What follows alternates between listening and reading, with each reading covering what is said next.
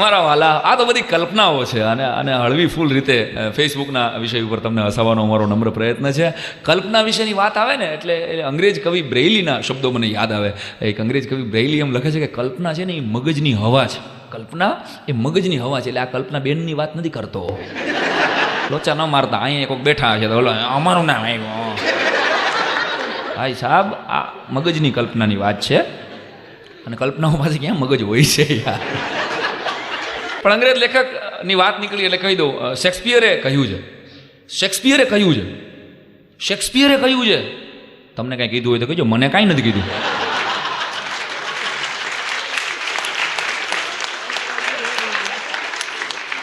કોણે શું કીધું છે એ શું કામ કાંઈ કરો છો યાર? તમારે શું કહેવું છે એની ચર્ચા કરો ને યાર. તમારે શું કરવું છે? બિલ ગેટ્સના શબ્દો તમારા સુધી પહોંચાડું છું કે દુનિયાને તમારા વિચારોથી કાંઈ મતલબ નથી, તમારા કામથી મતલબ છે, તમારા કાર્યથી મતલબ છે. સાહેબ, કામ કરી બતાવો ને યાર કે આ હું છું, આ મારું કામ છે. તમારા વિચારો શું કામ થવા? જો તમે મારો માનો તો ઘણા કહેતા હવે તારા ઘરના નથી માનતા. તું રીંગણાનું શાક કહેશ ને વાહે બટેટાનું થાય છે. હાલી નીકળ્યો. વાત જવા દો. ટપાલી તમારી ઘરે આવે છે, કોઈ દી તમે ટપાલીને પૂછ્યું કે તું નાયો છો કે નહીં? કાલથી જરાક સરખા કપડાં પહેરીને આવજે યાર, આવી રીતે સ્પ્રે જરાક છાંટીને આવજે યાર, ઇટ ઇઝ નોટ ગુડ. આવું કોઈ દી કીધું? કારણ કે તમારે ટપાલીથી કોઈ મતલબ નથી દોસ્ત. તમને તો ટપાલ કોણે લખી છે ને એનાથી જ મતલબ છે વાલા. અજયભાઈ, તો આ સીધો કોન્ટેક્ટ રાખીએ ને વાલા. આપણે કોને આપણે ટપાલ લખી છે એનાથી આપણે શું કરવાનું છે એટલું નક્કી કરી લ્યો. કોણે શું કરવાનું છે ને આ ચર્ચા કરવામાં દિવસની 75% વાર્તાલાપ કરીએ છીએ. ઓલો આમ કર્યું, ગામડાના ચોરે આપણે કાઠિયાવાડમાં બેઠા બેઠા વાતો કરતો હોય, ઓબામાનું રાજ નહીં હાલે, તું પડ્યો રે ને ભાઈ. મુખ્યમંત્રી આમ ન કરવું જોઈએ, વડાપ્રધાને આમ. અરે પણ શું હાલી નીકળે? એક કલાક લગી આપણે ચર્ચાઓ કરશો ને પછી શું કહેવું ખબર? પાનની દુકાને હાલ મોટા આપણે કેટલા ડગાઈ ગયા.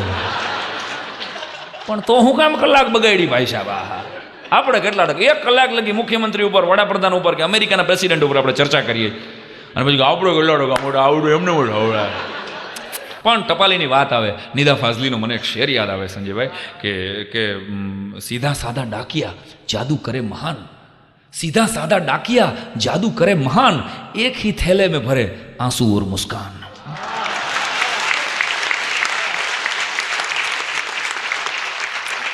सीधा सादा डाकिया जादू करे महान, एक ही थैले में भरे आंसू और मुस्कान. અને નગડે સાહેબ એથી આગળ એક બહુ સરસ મજાનો શેર નિદા લખે છે કે सातों दिन भगवान के क्या मंगल क्या पीर, सातों दिन भगवान के क्या मंगल क्या पीर, अरे जिस दिन सोए देर तक भूखा रहे फकीर.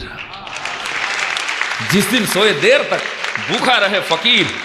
અને અરીસા માટે, ઘરના રહેતા અરીસા માટે નિદા લખે છે કે मुझ जैसा एक आदमी मेरा ही हमनाम, मुझ जैसा एक आदमी मेरा ही हमनाम, मेरे ही घर में रहे और मुझे करे बदनाम.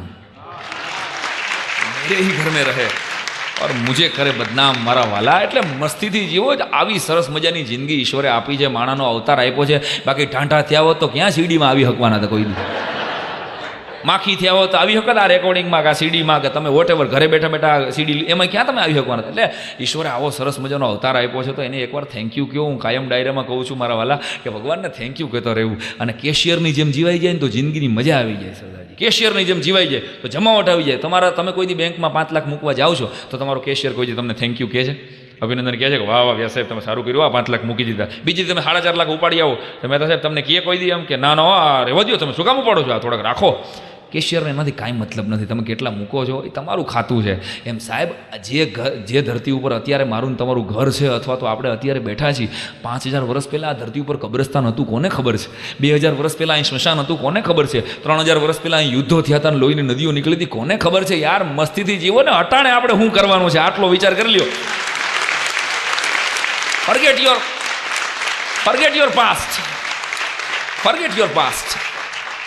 Forget your past and focus on your future. આ એક જ લીટીમાં મારી વાત તમને કહેવાની છે, એટલે આ કહું છું. બાકી આ ધરતી ઉપર આને જીવવાની વાત આવે ને એટલે હું કહું કે 2 જ પ્રકારના માણસો આ ધરતી ઉપર છે, એક જીવિત અને બીજા વિવાહિત.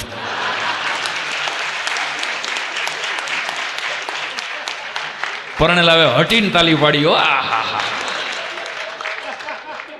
જેટલા પરણેલા મિત્રો મારા એવા છે, ડૉક્ટર મિત્રો ઘણા બેઠા છે, ભાભી બાજુ બેઠા છે ને એટલે હું દાંત કાઢો છું. પતિ પત્ની સાથે આવ્યો છે અને મારી પ્રાર્થના છે, અથવા તો ઘરે બેઠા બેઠા જે જોઈ રહ્યા છો એને બધાને કહું છું બહેનોને કે બિચારાને હસવા દેજો. આ બિચારા ફેરા ફર્યા ને તેદુના અને ફેર ચડ્યા છે.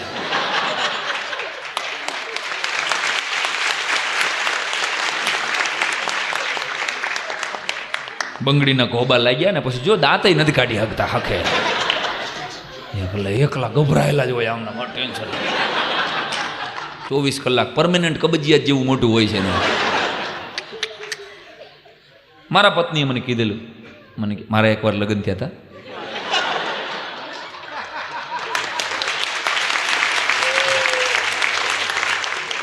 મને કે મને કોઈ મોંઘી જગ્યાએ લઈ જાઓ ને, મોંઘી જગ્યાએ લઈ જાઓ ને મને કહી એ.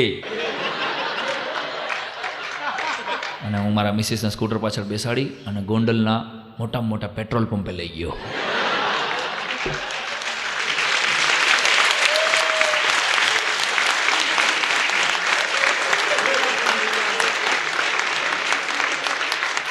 મેં કીધું ગાંડી મારા માટે અટાણે મોંઘી જગ્યા આ છે. 80 રૂપિયાનું લીટર થઈ ગયું. જે લોકો ભાવ વધારે છે ને ક્યાં ખબર છે કે આમાં પેટ્રોલની હારે અમારું જીવે બળે છે.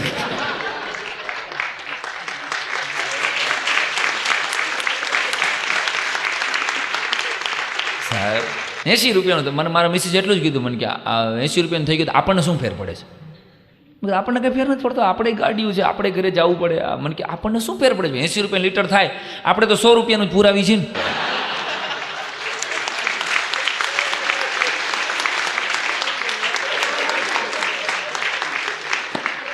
હવે એને મારે કેમ સમજાવું કે 100 રૂપિયામાં પોલિયન ટીપા જેટલું આવે છે યાર.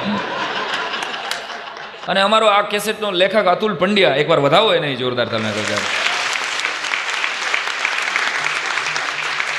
એણે તો મને હમણાં એક ભયંકર કલ્પના કરી. મને કે સાંઈરામ 100% પેટ્રોલનો ભાવ જો આટલો જમાવટથી વધતો રહેશે ને તો 20 વર્ષ પછી તો એવું થશે કે બેંક છે ને અત્યારની બધી બેંક એ બધી પૈસાને બદલે પેટ્રોલ બેંકો શરૂ થશે. સૂત્રો લખાશે પેટ્રોલ દાન મહાદાન. અને બેંક છે ને એ લોકો કહેશે કે તમે તમારા સંતાનોને 20 વર્ષ પછી 4 લીટર પેટ્રોલ આપવા માગતા હોય તો અત્યારે આટલા લીટર પેટ્રોલ જમા કરાવો.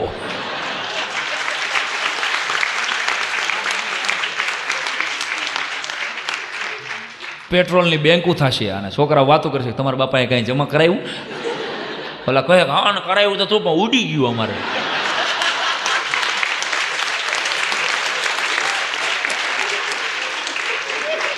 બાપાએ હું સ્ટોરેજના પૂરા રૂપિયા નહોતા આપ્યા. કરોડપતિને ત્યાં લગ્ન ટાણે છે ને ઓલા જેમ ઓલા ને કાજુ અને કિસમિસ અત્યારે ભેટમાં આપે, કંકોત્રી સાથે ઘણા મોટી પાર્ટીઓ આપે, એમ 20 વર્ષ કે 25 વર્ષ પછી પેટ્રોલનો ભાવ 5000 લીટર થઈ ગયા છે ગેરંટી. એટલે તો 100% એટલે અત્તરના પૂંભડાની જગ્યાએ પેટ્રોલના પૂંભડા આપશે. પેટ્રોલ વાપરે એ દિવસ બહુ દૂર નથી કે આ પેટ્રોલ પંપો જેટલા છે ને એ બધા મ્યુઝિયમ વાળા લઈ લેશે. અને મ્યુઝિયમની જેમ આપણે આપણા છોકરાઓને લઈને જાશું બેટા જો આ પેટ્રોલ પંપ કહેવાય, અહીંયા અમે 80 રૂપિયા લીટર પુરાવતા હતા. તમારા તો ભાગમાં નથી. અને ત્યારે આપણી પેઢી આપણને અંગ્રેજીમાં એક મસ્ત ગાળ દઈને કહેશે કે પપ્પા તમે હાંચવું નહીં ને એટલે અમે પેટ્રોલ વગરના રહ્યા લખી લેજો. સાહેબ ઈશ્વરની સંપત્તિ છે, ઈશ્વરની સંપત્તિનો એવો સમજણપૂર્વકનો ઉપયોગ કરીએ. આ પાણી, આ પ્રકાશ, આ વીજળી આપણે નથી સાચવતા એટલે ભલામણ ધોરું થતું જાય છે ધીમે ધીમે. આપણને એમ છે કે ભગવાન, પણ જેથી ભગવાનના બિલ આવ્યા ને તેથી હોજાડી દેવાના છે સાહેબ, યાદ રાખજો. ભગવાનનું આપણને પવનનું બિલ આવે ને સાહેબ, પેઢીઓ દેવામાં ઉઠી જાય, આ બેંકું ઉઠી જાય આખે. આ ઈશ્વર કેવો કૃપાળુ છે સાહેબ. બાઇબલનું એક વાક્ય છે કે ઈશ્વર એક જ કામમાં વ્યસ્ત છે અને એ છે મને તમને પ્રેમ કરવામાં.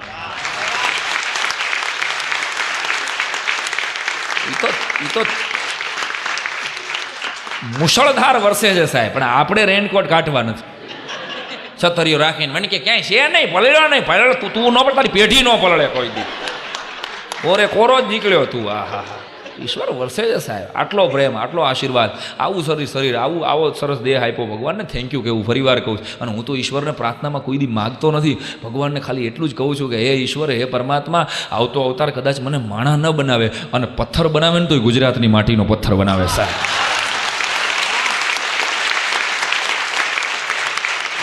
આ ધરતી કોક ગાંધી, કોક સરદાર, કોક શ્યામજી કૃષ્ણ વર્મા જેવો એકાદ રાષ્ટ્રને પ્રેમ કરનારો વ્યક્તિ એની ઉપરથી નીકળી જશે. કોઈ સંત, કોઈ ફકીર, કોઈ ઓલિયો, સાચી રીતે જીવનારો કોઈ સત્પુરુષ એની માથેથી નીકળી જશે ને સાહેબ, કે જલિયાણ જોગી કે બગડાના બજરંગદા બાપા જેવો એકાદ ઓલિયો એના માથે પગ દઈ દેશે ને તોય મારો મોક્ષ થઈ જાય સાહેબ. એ ધરતી છે. આપણને આપણી જાતને, આપણી માતૃભૂમિને જ આપણે અંડર એસ્ટિમેટ કરી રહ્યા છીએ. અને આ અતુલ અઘરો મારો ભાઈબંધ છે પાકો, અઘરો એવો મને ફોન આવ્યો, મને કે જલ્દી મારે સિવિલ હોસ્પિટલે પહોંચવું હોય તો શું કરવું? ગોંડલ મારે જલ્દી પહોંચવું હોય તો મેં કીધું ગમે એ ટાયર હેઠે આવી જાય, 15 જ મિનિટમાં 108 તને પોગાડી દે સિવિલ હોસ્પિટલે.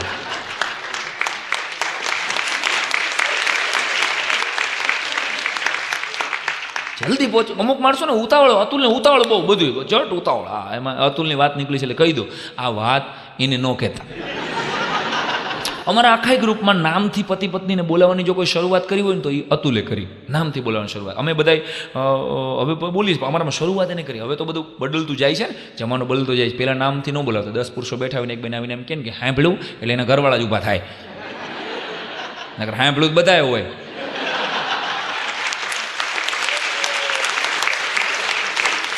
બિપિનભાઈ, આ બીજા હું કાંઈ બેરા ઉડાણા છે? એક તમારા ભાઈ શબ્દ છે, તમારા ભાઈ, તારા કાકા રાજકોટ ગયા છે, જે આવ્યા નથી. હા, એક ચોથો શબ્દ છે ઈ શબ્દ છે. ચોથું મારું સંશોધન છે, કે ને ફેણ ચડાવીને ઊભો થાય. હા, મને કીધું, હા તને જ કીધું, હા ભાઈ ગયા. પણ એની વે અમારા અતુલને છે ને નામથી બોલાવવાની શરૂઆત એણે કરી. એટલે ભાભી આમ લગ્ન થયા ને ત્યારે એટલો ભાવથી બોલાવતો, અતુલ. ત્યાં તો અતુલને નિશોવવો પડે હસોડો અમારે, પાણી થઈ જાય. વાહ, 5 વર્ષ થયા ને પછી સ્વાભાવિક છે કે પ્રેમમાં ઘટાડો આવતો જાય સંબંધોમાં. એટલે કે અતુલ,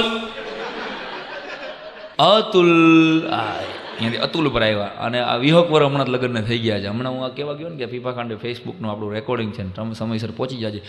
કકડાવું નહીં, ભેગા બે વચ્ચે કંઈક ધબધબાટી ડોખો હાલતો હતો ને ભાભીએ કીધું અતલા.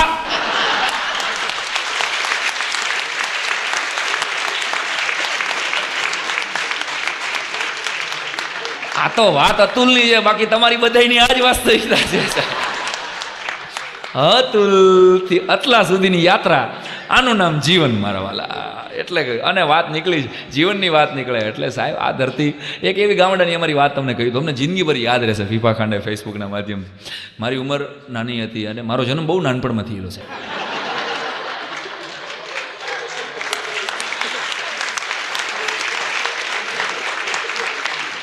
ખરેખર તમારી સમજદારીને ધન્યવાદ છો.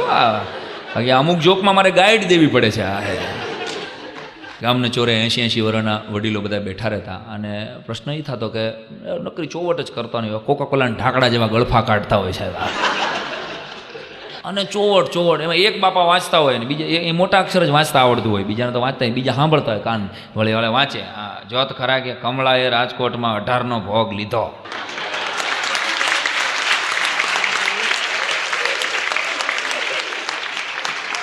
એટલે બીજા બાપા કે બાય લોટકી કહેવાય. હો,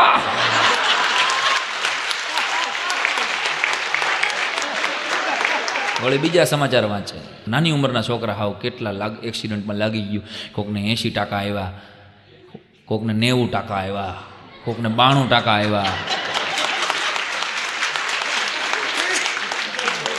ટાંકા નથી આવ્યા, ટકા છે. 10મા 12માનું રિઝલ્ટ આવ્યું છે ખાલી. પણ આખા વર્લ્ડની ચિંતા ગામના ચોરે અમારે થતી છે. હા, કપાસિયાના તેલના ગાંઠિયા ખાય અને આમ પાડાની જેમ રણકતા હોય. કોક નીકળે ને એટલે હાથનું નેજવું કરે, કોના ઘરના નીકળ્યા. હવે તો રહેવા દે, આમાં જ નેત્રમણી વડલાવ્યો છે.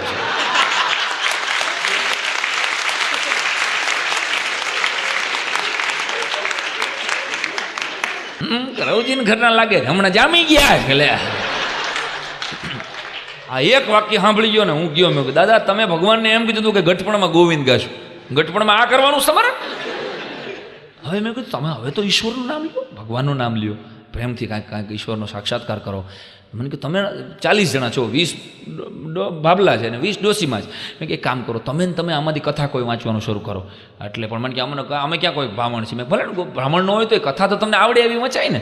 હવે જોજો આપણે છે ને વર્ણ સંસ્કાર પ્રમાણે જે કામ જેને હોપવાનું હોય ને એને જ કરવું જોઈએ, નકર ગોટે જ ચડે. બ્રાહ્મણનો દીકરો શ્લોક બોલે એવો બીજો કોઈ શ્લોક બોલી જ ન શકે, એ સ્વાભાવિક છે. પછી ખેડૂતનો દીકરો ખેતી કરે એવી ખેતી કરાય જ નહીં. આ સ્વાભાવિક રીતે વર્ણ સંસ્કાર આપણા હતા પહેલેથી ગોઠવાયેલા. પણ બાપા કે અમે વાંચશું તો મેં તમારામાંથી એક જણો કથા વાંચવાની શરૂઆત કરે ને અમે બધા જુવાનીઓ બધા મંડપની બધી વ્યવસ્થા કરી દઈશું. હવે સાહેબ 39 જણા ઓડિયન્સમાં ધ્યાનથી સાંભળજો. અમારા ગામમાં કથા શરૂ થઈ, ત્રીજા દિવસે કેન્સલ થઈ. શું કામ કેન્સલ થઈ એ આખી જિંદગી તમને યાદ રહેશે. 72 વર્ષના વક્તા, ટોટલ ઓડિયન્સ ગંગા સ્વરૂપ.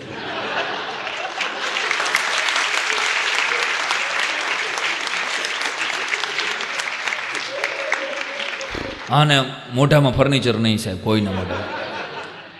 એક વક્તાએ શરૂઆત કરી, ધીમે ધીમે સ્લો મોશનમાં કથા શરૂ કરી. કાનુડો એટલે કાનુડો ગોકુળમાંથી નીકળ્યો. ગોકુળમાંથી નીકળતા 1 કલાક કરી કાનુડાએ. કાનુડો એટલે કાનુડો ગોકુળમાંથી નીકળ્યો અને મથુરા સુધી પહોંચ્યો. હવે જે વૈષ્ણવો ગોકુળથી મથુરા ગયા હોય એને ખબર હોય કે ગોકુળથી મથુરા 6 જ કિલોમીટર થાય છે, 6 મિનિટમાં તમે પહોંચી જાઓ. બાપાએ 2.5 કલાક કરી. આ મને ટેન્શન આવી ગયું. મેં કીધું આ કાનુડો દ્વારિકા કેદી પહોંચશે ઠેઠ. ટેન્શનમાં આવી ગયું. મેં ગેરંટી 100%, આ 15-20 દી હાલશે કથા. કાનુડો એટલે પહેલા દિવસ પૂરો થવાનો ત્યાં આવી વાત ને, બાપાને ઉંમરને લીધે અહીંથી જરાક લાળ નીકળી. સમજ્યા? કારણ કે ઓલી તમાકુ ખાઈને જ બેહવાની ટેવ ને જૂના જમાનાના માણસ, જેવી અહીંથી લાળ હાલતી થઈ ને એટલે એની ઉંમરના ડોશીમાં એ હાથનો ઈશારો કર્યો. અને બાપા ખીજાણા, ઈશારા કરવામાં આ ઉંમરે ઈશારા કરો છે, શરમ નથી આવતી?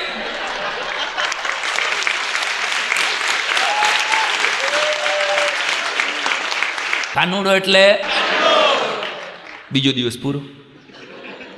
હોળી 3જે દિવસ થયો, હોળી કથા શરૂ થઈ. કાનુડો એટલે કાનુડો મથુરાથી નીકળ્યો અને રણના મેદાનમાં ગયો. રણના મેદાનમાં હોળી અહીંથી લાળ હાલતી હતી. હોળી ડોશીમાંથી કીધું શાંતિ રાખો. એટલે ડોશીમાં કીધું પણ આ થૂક હાલી જાય છે, એ લઈ લો ને એટલે હખે વાત કરવાની, આમ અમને સાંભળવાની મજા આવે. એટલે બાપા ખીજાણા કે એ લાળ નથી હાલી જતી, ગંગાજી પ્રગટ થાય છે.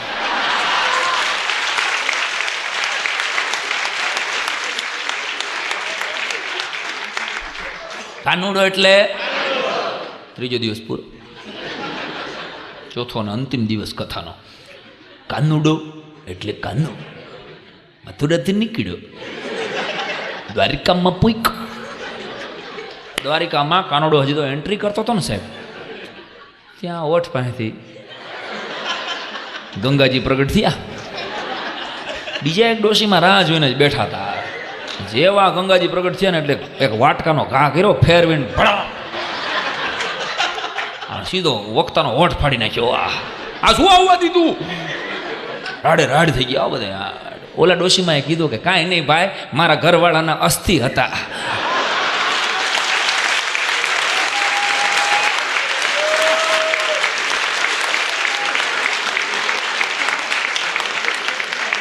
મારાથી હરદ્વાર પોગાય એમ નહોતું ને, અહીંયા પધરાવી દીધા. હજી તો હું ડૂબકી મારવા આવવાની હતી.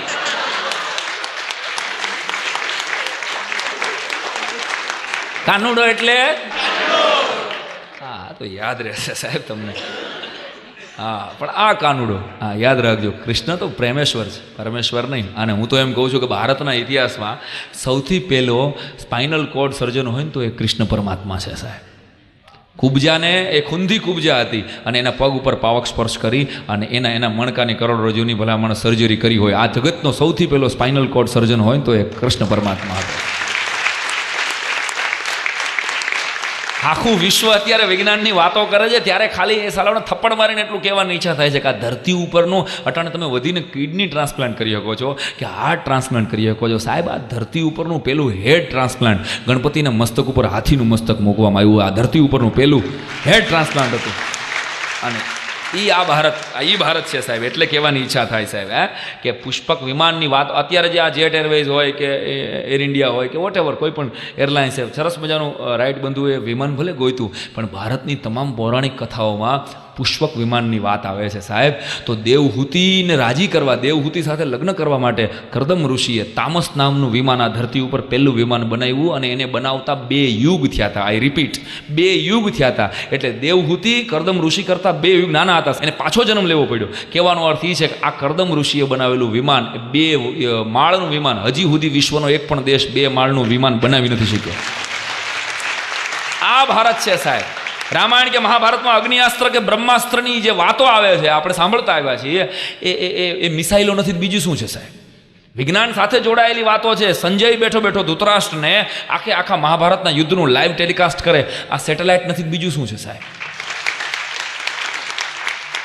અને આપણે ત્યાં જોજો, સૂર્ય ભગવાનનો ફોટો તમારા ઘરમાં હોય અથવા તો જોશો ને, એટલે એના 7 ઘોડા હશે. કેમ ભાઈ 8 ઘોડા નહીં? કેમ 11 નહીં? કેમ 9 નહીં? 7 ઘોડા હતા. અને સૂર્ય મહારાજ છે એ 7 ઘોડા ઉપર સવાર થઈને સવારના પરમાં નીકળે છે. આવી વાત ઋષિમુનિઓએ રૂપક દ્વારા વાત કરી છે. આપણા ઋષિમુનિઓ એ આ જગતના સૌથી શ્રેષ્ઠ સાયન્ટિસ્ટો હતા, એને ખબર હતી સાહેબ.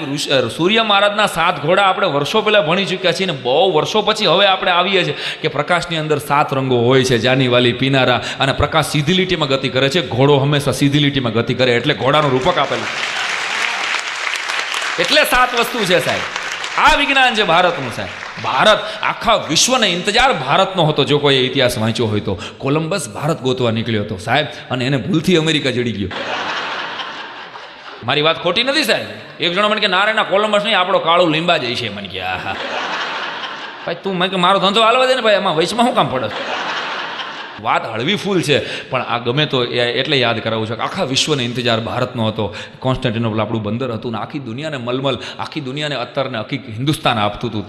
આધ્યાત્મ અને યોગની વાત આખા વિશ્વને સાહેબ હિન્દુસ્તાન પૂરી પાડે છે. ત્યારે કહેવું પડે કે હનુમાનજીના કેરિકેચર ઉપરથી, એના કેરેક્ટર ઉપરથી જ કોન્સેપ્ટ ચોરી અને સ્પાઈડરમેનનો કોન્સેપ્ટ બનાવવામાં આવ્યો છે સાહેબ. તમે માનો યા ન માનો, હનુમાનજી એક જગ્યાએથી ઉડીને બીજી જગ્યાએ જાય છે, એટલે તો આવી રીતે જ ભલા માણસ એની ઉપરથી એને. અને સાહેબ એવો ઇતિહાસ છે, આપણે ત્યાં રામાયણ કોઈ વાંચી હોય તો એને પરસેવાનું એક ટીપું પડે, અને એ જ્યારે પર્વત લઈને નીકળતા હોય ત્યારે હનુમાનજીના પરસેવાનું એક ટીપું એ દરિયાની એક મગરીના પેટમાં પડે, અને એ મગરી એક સંતાનને જન્મ આપે. એ સંતાનનું નામ મકરધ્વજ. ક્યારેક બેટ દ્વારકા જાઓ ને તો આખા હિન્દુસ્તાનમાં હનુમાનજી અને એના દીકરા મકરધ્વજનું એકમાત્ર મંદિર બેટ દ્વારકામાં છે સાહેબ. આ મકરધ્વજ એટલે અહિરાવણ અને મહિરાવણનો દ્વારપાળ થઈને બેઠો હતો, ને હનુમાનજી જ્યારે એને રામને લક્ષ્મણને બચાવવા આવ્યા ને, ત્યારે એને કીધું કે હું તમારો દીકરો છું. અને હનુમાનજીને હબાકો નીકળી ગયો કે હું બ્રહ્મચારી છું, મારો દીકરો કેવી રીતે? ત્યારે મકરધ્વજે કીધેલું કે તમારા પરસેવાના ટીપામાંથી મારી માએ મને જન્મ આપ્યો છે. સાહેબ, વિશ્વનું વિજ્ઞાન વિચારી પણ નથી શક્યું પરસેવામાંથી સંતાનનો જન્મ થશે, ત્યારે આપણી કથાઓમાં આ પૌરાણિક રીતે સિદ્ધ અને સાબિત કરી બતાવ્યું. આ ભારત, આપણે એના વંશજો છીએ મારા વાલા. એટલે કહું છું કાનુડો એટલે પણ એટલે મને ઘાયલનો એક શેર યાદ આવે છે કે નકોને જીવ પ્યારો હોય, મને પણ જીવ પ્યારો છે. નકોને જીવ પ્યારો હોય, મને પણ જીવ પ્યારો છે, પરંતુ જીવથી પ્યારો મને સિદ્ધાંત મારો છે. પરંતુ જીવથી પ્યારો મને સિદ્ધાંત મારો છે. સુધરતા જાય છે લોકો અને બગડતી જાય છે દુનિયા. સુધરતા જાય છે લોકો અને બગડતી જાય છે દુનિયા. ખબર પડતી નથી આ કે સડો છે કે સુધારો છે. ખબર પડતી નથી આ